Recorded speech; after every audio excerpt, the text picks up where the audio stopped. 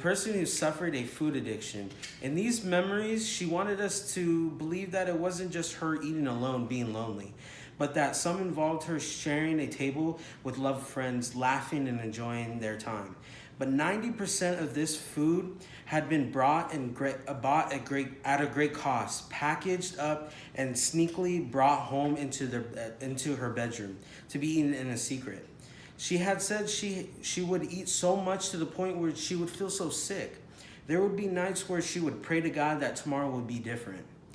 She had a friend that was addicted to drugs, but he lived in another country. But when he decided to move with her to get clean, well, it didn't last long. He found a dealer and started to use again. She had always wondered how he found the dealers around him, even when he wasn't familiar with the area.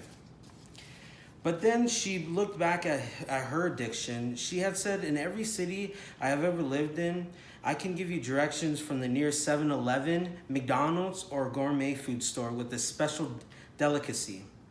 Food is killing me, slowly clogging up my arteries and raising my blood sugar, increasing my risk of Alzheimer's, cancer, and diabetes. Still, I can't stop, she had expressed. She had believed that food is a great love of her life. I've forsaken everything else for it. I've chosen it over lovers, over experiences, over family, and over my career. She even told us the best thing to do is to have family and friends around you that have a positive attitude on helping you. She expressed that friends who manage their money properly and not max out on their card on fast food, is a great starter for you to start to the right path. She had mentioned that those people are happy and free. They don't have to worry about food addiction. They worry more about adult problems. Each food buddy I lose doesn't make me or jealous, or she provides me with more strength and hope that one day, not today, but maybe tomorrow, I'll be free too. Story reported in The Guardian by Melanie Tate, May 31st, 2017. Today I'm here to persuade you about junk food in America and how it affects people throughout the years of eating junk food. According to the article named Healthline, written by Annie P., Alea C., and Kimberly H., September 17, 2018, elevated cholesterol and increased blood pressure are two of the top risk factors for heart diseases and strokes. By eating fried foods and that are filled with fat can raise your cholesterol because fast food contains more salt than usual, which potentially will raise your blood pressure. Today I'll discuss how the preservatives and added ingredients in our food is causing bad health and addiction. More people die from obesity than people die from tobacco. We should follow the lead of other countries like Europe that ban additives in our foods and beverages that lead to obesity and addiction.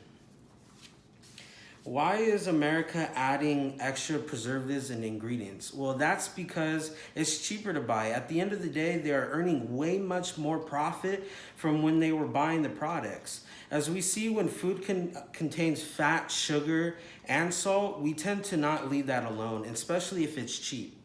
We tend to get lazy, don't want to cook, and then we try to improvise, and which that is fast food.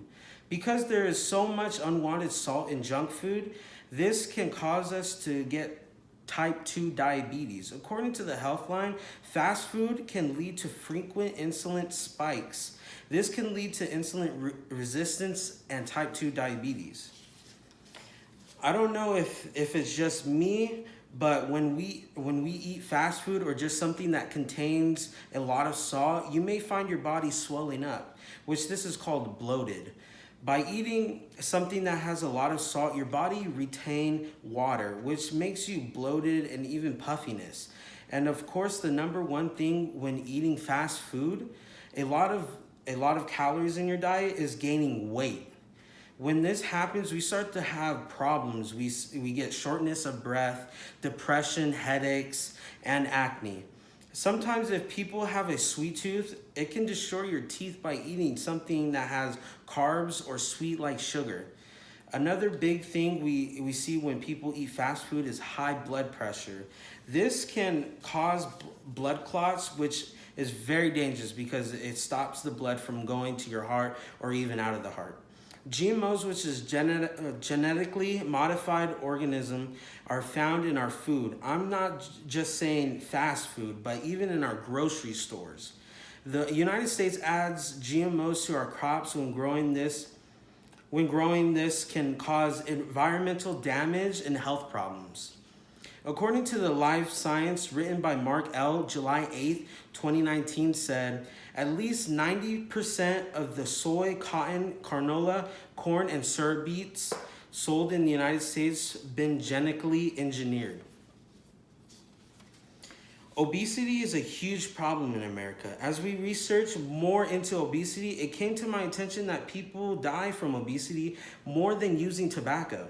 According to the Men's Health written by Corin M., April 24, 2017, has said it's no secret that the U.S. in the middle of an obesity epidemic, and now new preliminary research from the Cleveland Clinic and New York University School of Medicine breaks down just how bad the repercussions are. According to the study, early findings, obesity is now the top leading cause of preventable deaths in the U.S., even higher than tobacco.